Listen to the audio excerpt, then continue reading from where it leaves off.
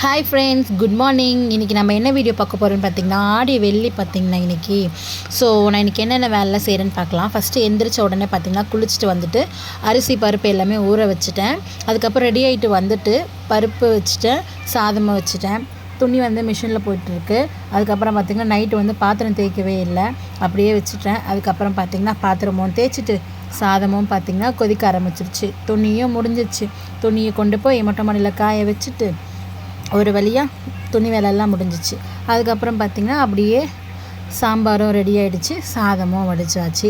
பாப்பாவும் ஹஸ்பண்டும் பார்த்திங்கன்னா எத்தனை மணிக்கு 12 மணிக்கு தான் எந்திரிச்சு வந்தாங்க. அதுக்குள்ளே பார்த்திங்கன்னா நான் பீன்ஸ் பொரியலுக்கு காய் வேக வச்சுட்டேன். இன்றைக்கி நம்ம வீட்டில் வந்து பார்த்திங்கன்னா வெள்ளை சாதம், முருங்கைக்காய் போட்டு சாம்பார், பீன்ஸ் பொரியல், இது 3 தான் நம்ம வீட்டில் இன்றைக்கி வெள்ளிக்கிழமை. அவ்வளோதான். லஞ்ச் பேக் வந்து பேக் பண்ணியாச்சு. அதுக்கப்புறம் பார்த்திங்கன்னா இன்றைக்கி நம்ம கோயிலில் வந்து பிரசாதம் செஞ்சு கொடுக்க போகிறேன். நான் கேசரி தான் செஞ்சு கொடுக்க போகிறேன். ஸோ சாமிக்கு தேவையான பூ, பழம், தேங்காய் வாங்கி கொடுத்துட்டாரு.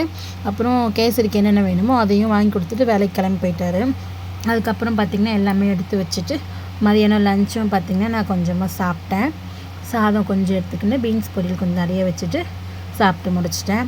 அதுக்கப்புறம் பார்த்திங்கன்னா வாசல் தெளித்து கோலம் போடணும்ல, இந்த சாணி பவுடர்னு சொல்லுவாங்க. இது யார் யாருக்கு தெரியும்னு தெரியல. இது பார்த்திங்கன்னா நல்லா கலந்த உடனே மஞ்சளாக ஆகிடும்.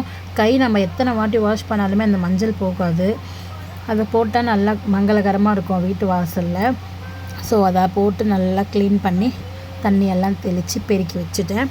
அப்புறம் டைம் பார்த்திங்கன்னா 5 ஆகிடுச்சி. நல்லா சூப்பரான கேசரியுமே செஞ்சு முடிச்சிட்டேன். அதுக்கப்புறமா வீட்டில் விளக்கேற்றிட்டு சாமி கும்பிட்டு நம்ம கோயிலுக்கு தான் போயிருந்தோம். கோயிலுக்கு போயிட்டு சாமி கும்பிட்டுட்டு கொஞ்ச நேரம் பார்த்திங்கன்னா இன்றைக்கி ரொம்ப நேரமாகவே கோயிலில் இருந்தேன். யாருமே இல்லை, நிறைய பேர் வந்து பிரசாதம்லாம் வாங்கிட்டு போயிட்டாங்க.